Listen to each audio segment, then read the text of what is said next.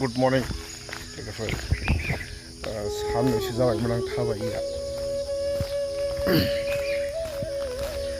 बेनिफ्राय दिनै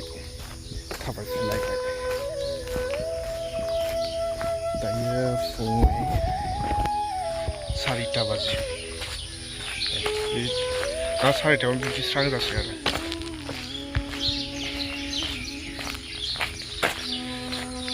दायो दसे रायज्लायनोसैलाय नोंथांमोनजों स' आं हारसिंसो दा आङो जोंनि अफिस थांग्रा लामा बिदिनो थाबायगासिनो दङ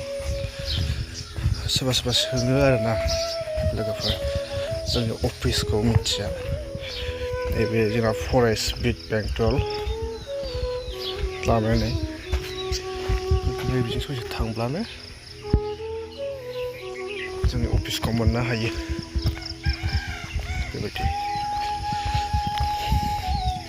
दा फुंनि सम बाराबो गुसुथार नै बिबारा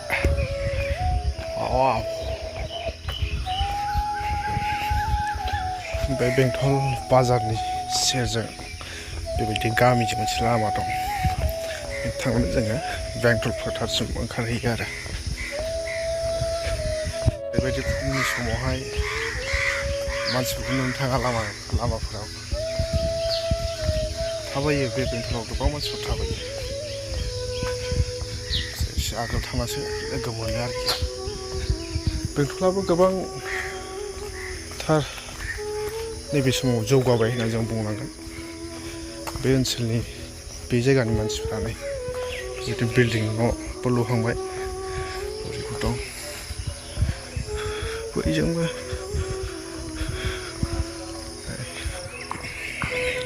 लाबाय बिदि दसे प्रेक्टिस खालामबाय आखाइ आथिं बोबाय बेंबाय आङो भिडिअ खेबग्रा गैयैखाय भिडिअ बानायासै माब्लाबा खोन्थानोसै नोंथांमोननो दैयासो सेमनानै प्रेक्टिस खालामबाय आङो लामाजों लामानिफ्राय थाबायदोंलै मेंबाय लोगोफोर मेंबाय दसे खारबाय आरो प्रेक्टिस खालामबाय